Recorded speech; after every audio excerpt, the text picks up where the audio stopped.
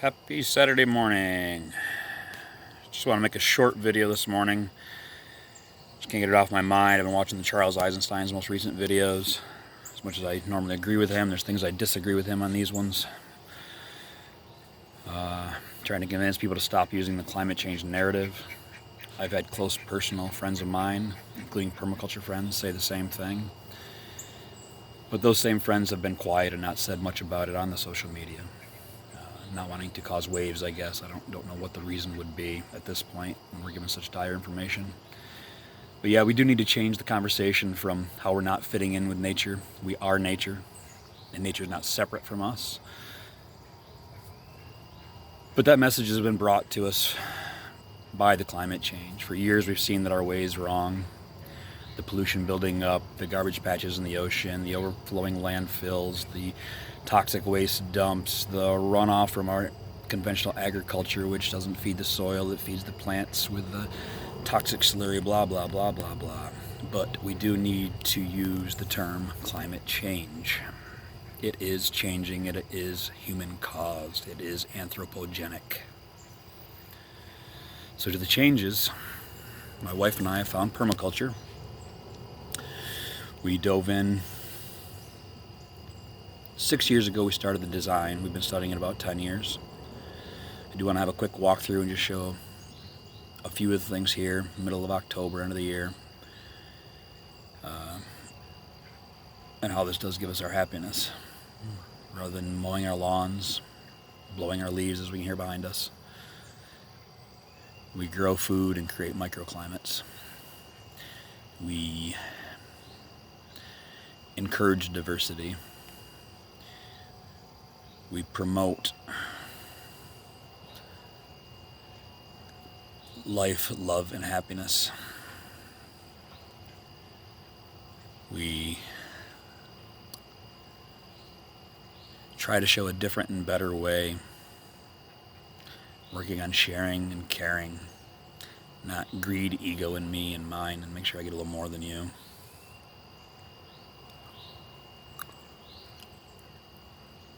Hope this come out as heartfelt, because I just really don't know where I'm going with this conversation this morning, but fucking, pardon my French, I said goddamn yesterday. Somebody told me not to curse the Lord.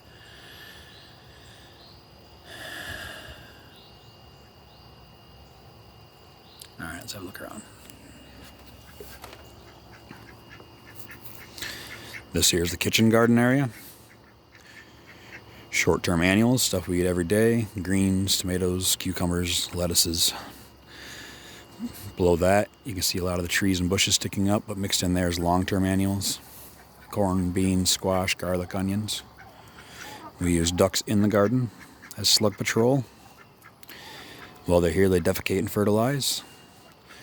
The chickens are also used in here in the wintertime, but not while plants are in here.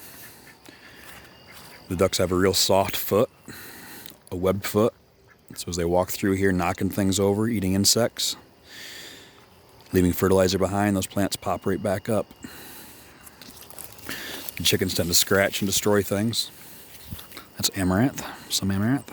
I'm sorry, that's sorghum. So we have the chickens out here in the Foodforest area.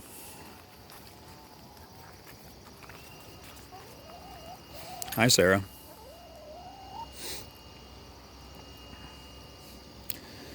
Sun just starting to set. Starting to rise. Talking about observing your property when you're doing your design. Step over here in the shade a little bit. When we observed our property, we noticed the sun hits there first. Doesn't hit this main garden until about 11, 10 to 12, depending on what time of year it is, where the sun is in the sky. And it leaves out to the west there. We have tall oak trees and pine trees on that side, on the west side of us. And on the east side of us. Really limiting the sun we get here. First started this project, I almost didn't do it because we didn't get enough sun to grow tomatoes. Well, we are in October, and there's still a surplus of tomatoes everywhere, so don't believe everything you read. We're also able to grow things like turmeric,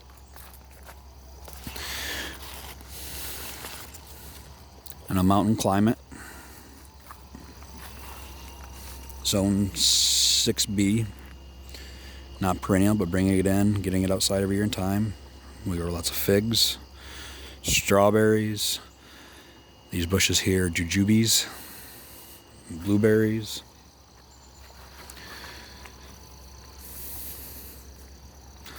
It's a locust we cut back every year. That's a nitrogen fixer for the cornelian cherry next to it. That cornelian cherry will be the understory for the apple tree behind it. There's sochan below it.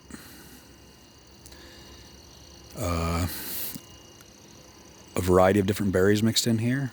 The first ones to come are the black raspberries, then the red raspberries,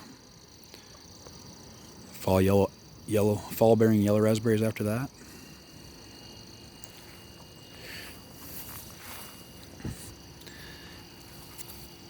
Lots of figs left on here. I don't know if they're gonna all make it. It is October, but we've been gorging on them. Multiple fig trees around the property. There's a monarch. Let's go see him.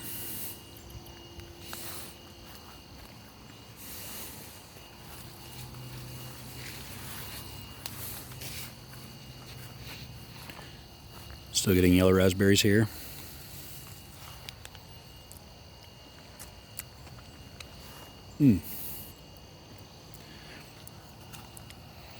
Better have a few more while we're talking. So that's the understory. This pear tree. And looking in a cherry behind it. Lilies in the bottom. Irises. Daffodils. This is a perennial leek. So when it grows up, it drops a seed head. Those are from last year. These are this year's. We dig them up, put them everywhere. Below it's a Nanking cherry. This Nanking cherry came from one of our other Nanking cherries down the bottom of the property. It was air layered just like this. We bury a branch, put soil over it, let it grow roots, remove that branch the next year, and we'll have another plant. That's just one of the many ways, well, one of 5 or 6 ways we propagate here. Once we get this diversity on our property, we do want to be able to propagate it and use it in more areas on our property or give it away to others. So many of these we can take cuttings from. Softwood, hardwood, semi-hardwood. Some have to be from seed. There's fennel. Instead of going to seed, I let everything go to seed here. Brings in the pollinators. That gives us lots of volunteers every year. Like yellow and red cherry tomatoes. They're just all over the property. This is a hazelnut. I think this is a theta.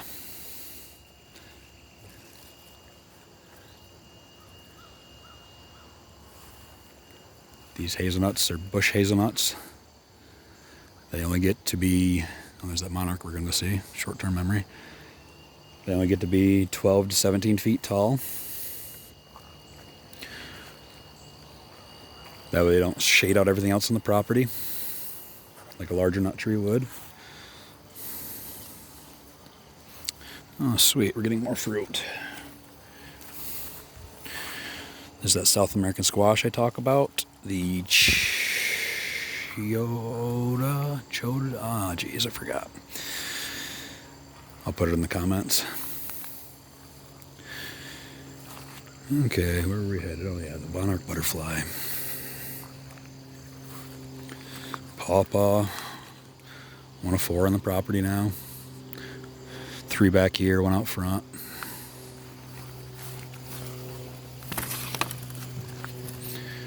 The main man river's been spreading wood chips down here. Beautifying it. If I can't find that monarch, we'll do a walk back up through. In the Foodforest side.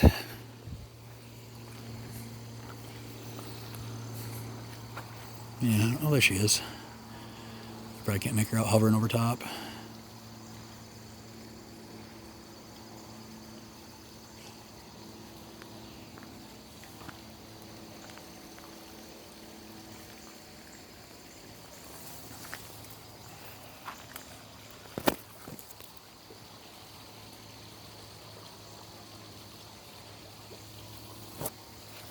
This is a butterfly bush. It is considered invasive. Seeing this monarch on it, and the insects all year long.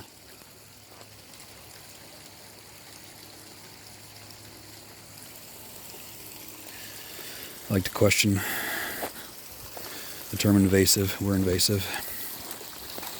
There's the tiny house. This is our bottom pond. This is a lined pond. The waterfall aerates it. The 55-gallon drum buried is the sump area.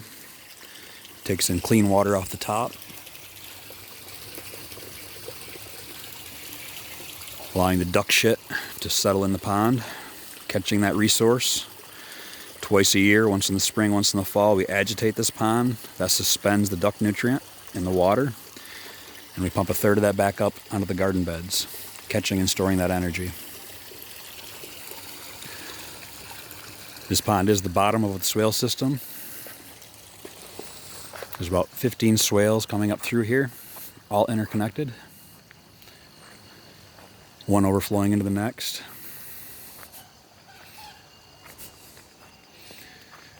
This one's buried in wood chips, you can't see it now. And then everything over here is planted in guilds. This is a josta berry.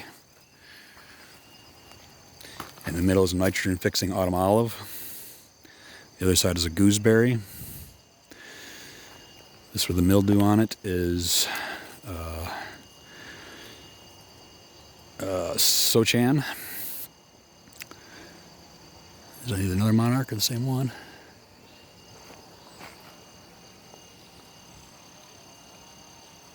Sorry for the camera work. But like I was saying, guilds. There's horseradish, varieties of flowers for the different seasons. Sedums in the fall here. Start with the lilies, into the irises. Behind it's one of my favorite nitrogen-fixing plants. That's a gummy berry, just a really sweet berry. I really love the jelly, the jams out of the autumn olive as well, the jellies. Using a mixture of these berries, the gooseberries, the josta berries, the autumn olives, the gummy berries, and an assortment of other berries on the property, we've ended up with gallons of jam. I don't know how many jars of jam now. Jams and jellies. All off this half acre in one season. The Nanking cherries too. Kind of just waffling. Everybody hanging out. Catching it all, I appreciate it. There's a lot going on here.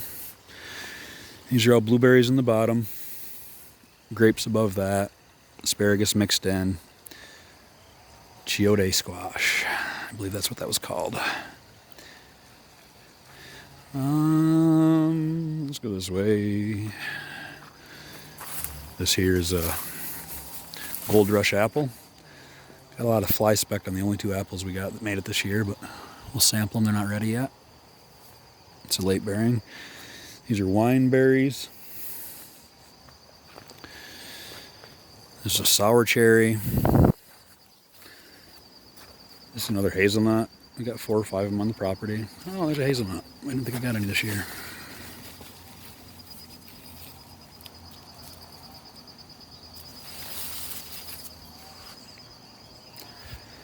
This here is another nitrogen fixer. This is a silverberry. It flowers now in the fall. It'll give us fruit in March. Feeding the fig next to it. Next to that is that gummy berry I talked about. Let's see if there's a fig we can sample. I'm picking this one pretty hard. No, I don't see any. So, as we're coming up this side, finishing out the walk,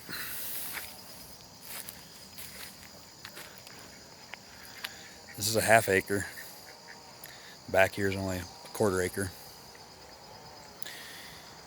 I used to give numbers on how much of our food we grow. I really don't know. I don't measure it or know. I knew we grow a lot of our food.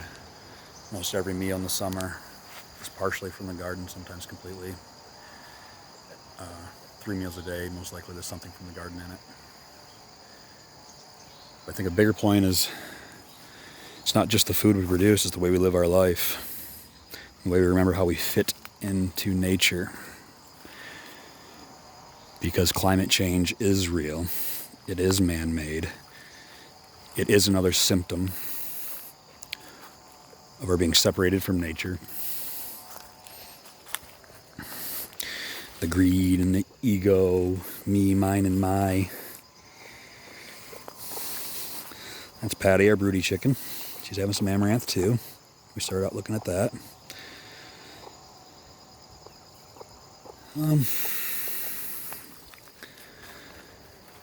Okay, I hope you enjoyed this video. It didn't really have a theme, but I've covered a lot of things. If you do have questions from it, hi honey, you ready to come out? You can come out. Tuck, tuck, tuck, tuck, tuck. If you have seen this and there's things in here you'd like to see more of or have questions on, please ask me. I love showing off what we've done here. This just shows how we can communicate with animals. Tuck, tuck, tuck, tuck, tuck. Lucy, what are you doing down here? You're not done yet? Oh, sorry about that. Yeah. Working with nature, not against it. I'll end with a quick explanation of what this permaculture design is doing in a short way, is mimicking the forest edge. The forest edge never gets watered, seeded, transplanted, mulched, pruned.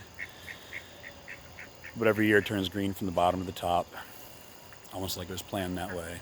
Greening the understory, working its way up through the canopy, and dying back just the opposite way. Producing succession and harvests throughout the year because of the way it matures, and leaving the surplus for the diversity of animals, insects, plants, and fungi that feed on it. Hope that made sense. It's unscripted and sometimes I waffle. Oh, back to our bees. I think we started here. They've moved a little. They're on that stevia plant. I think the cold weather slows them right down. All right, see ya.